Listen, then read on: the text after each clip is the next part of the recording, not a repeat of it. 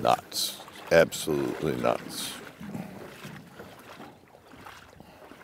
Why is Lake Ontario so high this year? A look at the lake and the upper St. Lawrence River show these waterways are currently more than 3 feet above their average levels for this time of year. Situations that are made worse by heavy winds and waves that pound the shorelines, causing erosion and flooding in some areas. We've got about 4 inches at the front end.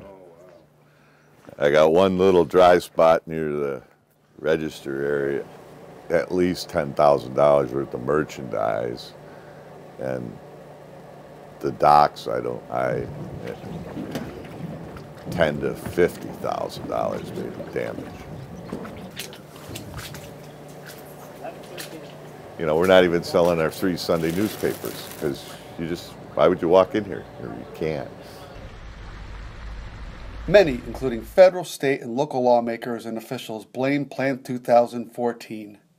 The new Lake Level Management Plan was put into effect earlier this year by the International Joint Commission, a panel composed of U.S. and Canadian representatives.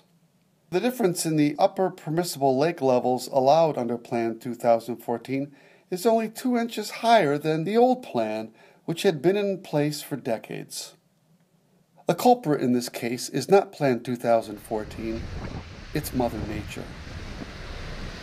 Although it was a mild winter, the greater Lake Ontario region and the Great Lakes in general received record rainfall, particularly in April.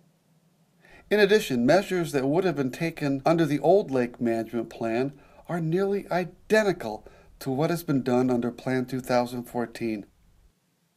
The IJC's main tool for controlling the lake's water level is water releases at the Moses-Saunders Dam in Messina on the upper St. Lawrence River.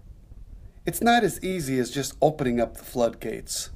The IJC must consider the amount of water that's released from the dam with the situation downstream, particularly in Montreal, taking care not to flood our Canadian neighbors out. What we're doing right now is carefully monitoring downstream water levels and increasing our output at Moses-Saunders as we can so we don't contribute to the devastation downstream. Unfortunately, we've seen record levels here on Lake Ontario and the St. Lawrence River not seen since 1952.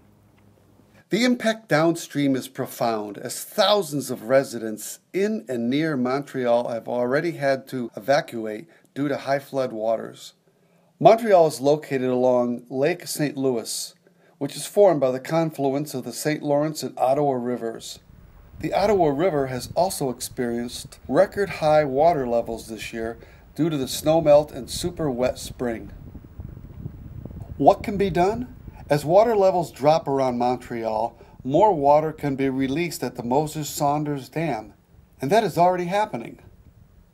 But as IJC officials have said, it's a real balancing act. There's nothing they can do. They're letting out as much as they can. You know, Rochester's awful, Sodas Bay is awful. You know, if they let it open any more, they'll wash away part of Montreal if they, I just don't know.